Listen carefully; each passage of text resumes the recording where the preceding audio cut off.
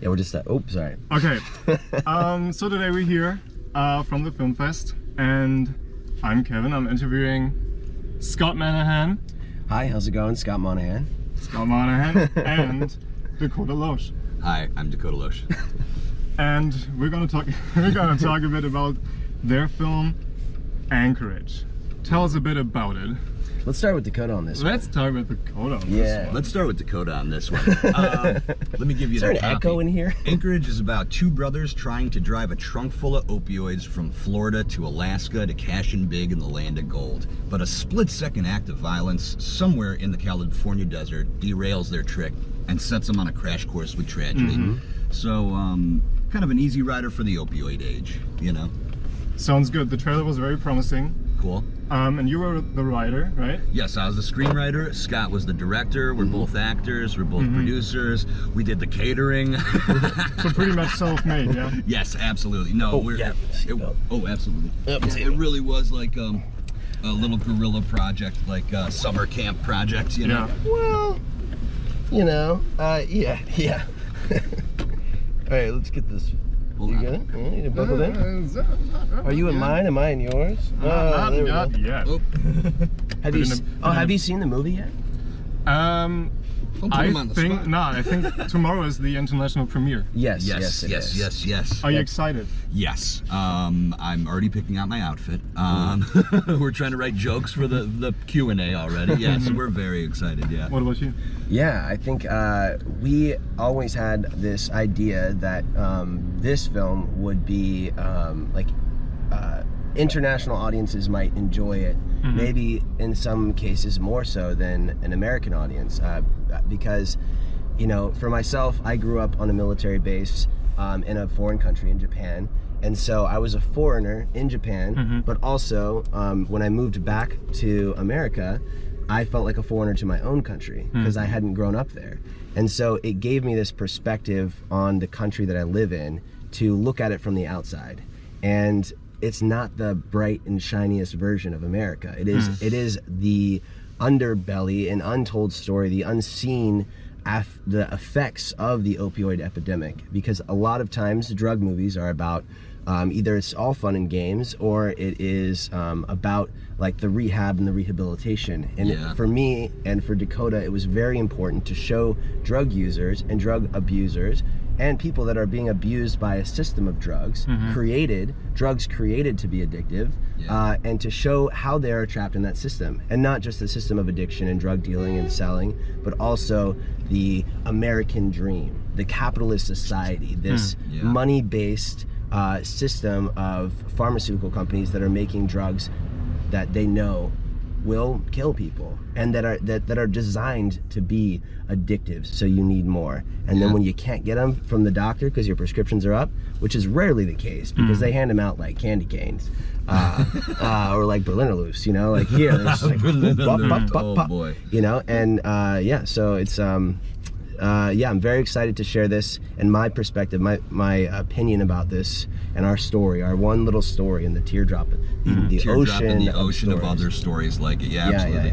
And with German audiences, I mean, I have a very I love Germany. I came a couple years ago for the first time, and I truly fell in love with this country. And Dakota, my family's from Germany originally. Actually, I've never been out of the country either, so it's not like Anchorage was my ticket to leave the country and get to come visit the homeland, the motherland, or the fatherland, or whatever, you know. So it's great to be here. The mother and fatherland. Yeah, absolutely. The whole family. We got the whole kit and caboodle. Or no fatherland. You know what I mean? But yeah, no, it's just lovely to be here, and this festival is so wonderful. It's such a feeling of community and friendship, and just off the bat, and such a wonderful selection of films. So yeah, it is lovely to be here. Yeah, and there's smoking lounges at the airport. Oh, really? Oh my God, yeah. I felt like a kid again. We're smoking inside, having a beer, getting ready for the plane. It's like, this is the best it could ever be.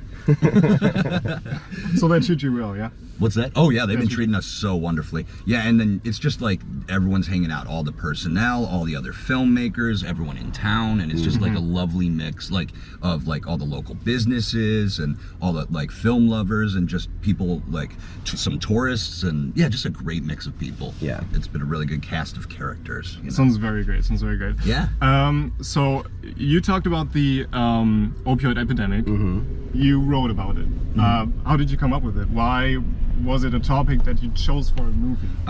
It was something that me and Scott bonded on because like we were both affected by it in different ways, the opioid epidemic, and to be quite honest, everyone in America has been. Like whether or not you've experienced it or the drug personally or dealt with the drug personally, you know someone who has. You know, it was estimated more than 50% of the country during the 2000s was on an opioid or knew someone who was prescribed to an opioid. So it really is just so prevalent. That was something we bonded on, and I had family living in Florida in the early 2000s, and that's when the boom really happened, because in the early 2000s, 85% of the U.S.'s opioids was prescribed through the state of Florida, and there was no national registry, so you could just get hundreds of pills. Like, it was so easy to get pills. They would advertise for it on taxi cabs, and there was this idea of the drug runners El Dorado. Well, if you could go to Florida and get all those cheap drugs and take them up somewhere where no one could get, I don't know, go to California, go to the Yukon, go to Anchorage, you could make a killing, you know?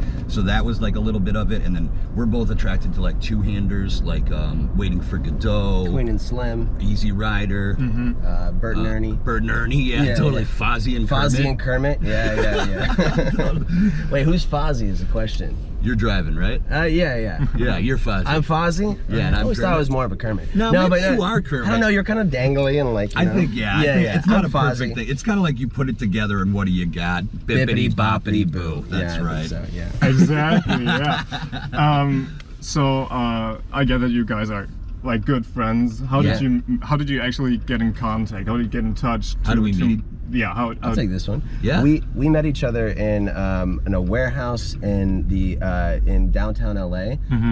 I used to help run this venue that was called Montserrat, and we were doing a theater show together, and he showed like multiple small shows inside of a bigger show, and I saw Dakota perform, and we met, and then a few months later we ended up doing this show together, and then we were part of an immersive theater company. And if you don't know what immersive is, it's kind of blowing up all over the world right now, but it's like, imagine you're in a theater and all the stages are gone and you get to walk around the show. Yeah, you could walk around with the characters, interact with them, you know, live with them. So Dakota and I, and in that process, the way that we work is that we create and devise a show from nothing. So there is no script to start with.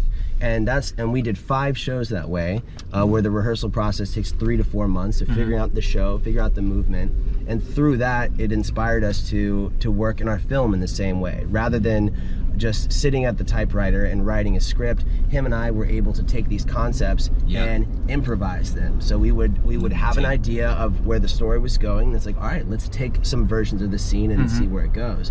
And that's, I think, enabled us to find our own chemistry and bring that into a story where the script that we had, it felt the real. writing went up to the very end, because like we wrote a blueprint, you know what I mean? Like an average script is supposed to be 1 page equals 1 minute. So if we made an 82-minute movie, we should have an 82-page script. We had something that was about half of that, because we'd write up to a point in the scene and be like, let's leave it for the desert. Let's wait till we're out in the desert and see what happens, you know? So we trusted each other to know that we would get to the end eventually, that we knew A, B, C, and that we'd get to Z eventually. And then we'd kind of just like inspect it and figure it out as we went. And that was the fun of it too. So the writing of it went up until the last day, you know? So, and it was the most interesting writing process I've ever been involved in. Really, it was us hanging out at the table, you know, maybe a little brandy sometimes, and just talking it out, like, what about this? What about that? What about that? And then I felt more like, if in the writing, like a stenographer in a court, just taking notes, you know what I mean? But yeah, it was a beautiful and our whole crew, you know, there was 10 of us total, because we shot it chronologically in 5 days. The whole crew was there and knew right where we were too. They had great ideas, you know, the PA could have a great idea, the sound person could have a great idea, and it didn't matter where the idea came from, best idea wins, because it's all in service of the movie. So it was just like a perfect little setup, you know, and it just felt like a compact little guerrilla affair. I don't know. Sounds very good. We had fun, yeah. I believe you. So you included basically everyone's ideas, did you? Oh, absolutely, as much as possible. And, you know, we had a little read-through before we left. And I do think there's something about, because, you know, it's not common to shoot chronologically.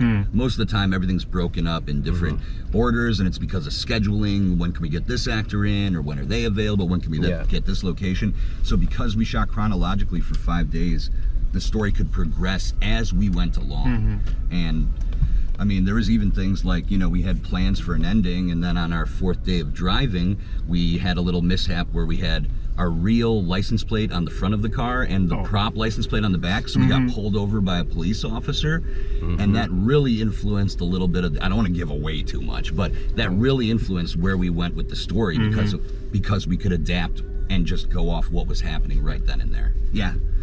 Okay, I think the interview is near the end. No, we're having so much fun. We had so much fun. Now, let's go to the disco. We're gonna get some Berliner Luft. Yeah.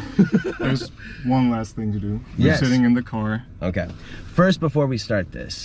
Before we start this, all right. And I know in the movie, in the movie, my line is, you know, okay, I'm not gonna teach this to you, okay? Because this thing. We did not come up with it. It's old, like a campfire song, and my mom taught it to me on road trips, driving from Virginia all the way up to Indiana, or from Virginia down to Florida to see my grandparents that were in different sides. So these 15-hour rides, we would play all these games, and this was one of them. And the concept of the game is that you can't be taught it; you just have to learn it as you go. So I can't teach it to you. I'm not going to slow it down to teach it to you. Slow it down to teach it to you, but but you just gotta I'm with you. Yeah, You're with me. I'm with you. So all right. It goes. Who holds the microphone though? Here, I got you. You can do it. You can do a little knee thing like that. Yeah, absolutely. All right. So it goes. Just I will teach you this part. Clap, clap, snap, clap. All right. You got it. All right, and then Scott will set us, and we're gonna repeat what he says. All right. You ready? Yep. All right. Repeat after me.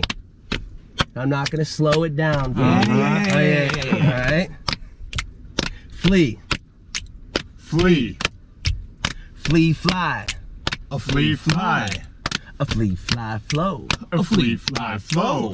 I'm a llama, kuma llama, I'm a llama vista. I'm a llama, kuma llama, I'm a llama vista. Oh, no, no, no, not the vista. Oh, no, no, no, not the vista. Eeny, meeny, estamini, ooh, watcha, wanna, meeny. Eeny, meeny, estamini, ooh, watcha, wanna, meeny. Watcha, meeny, ooh, watcha, wanna, meeny, wah. Meeny, ooh, watcha, wanna, meeny, wah. You got it. Beatin' belly, oatin', dotin', bobos, skidittin', dottin', bobos, squattin', dottin', bottin', dottin', chow. Beatin' belly, oatin', dotin', bobos, skidittin', dottin', bobos, squattin', owl. Bottin', dottin', chow. Hey, chow, Bella. He Wonderful was. job. Hey, you know what? Wonderful yeah, job. you did a good job for the first time. Thank you so much. Yeah. Thanks so much for the interview. Have a great rest of the week. And by the way, you can find us on Instagram at Anchorage Movie, and he's at Dakota Loesch. Yeah, and I'm that's at Chips Ahoy Junkie. Otherwise, we'll be at the disco. At the disco. And at the movies. We love you guys. Hey, thanks for driving, man. Yeah. Appreciate it. Thank you.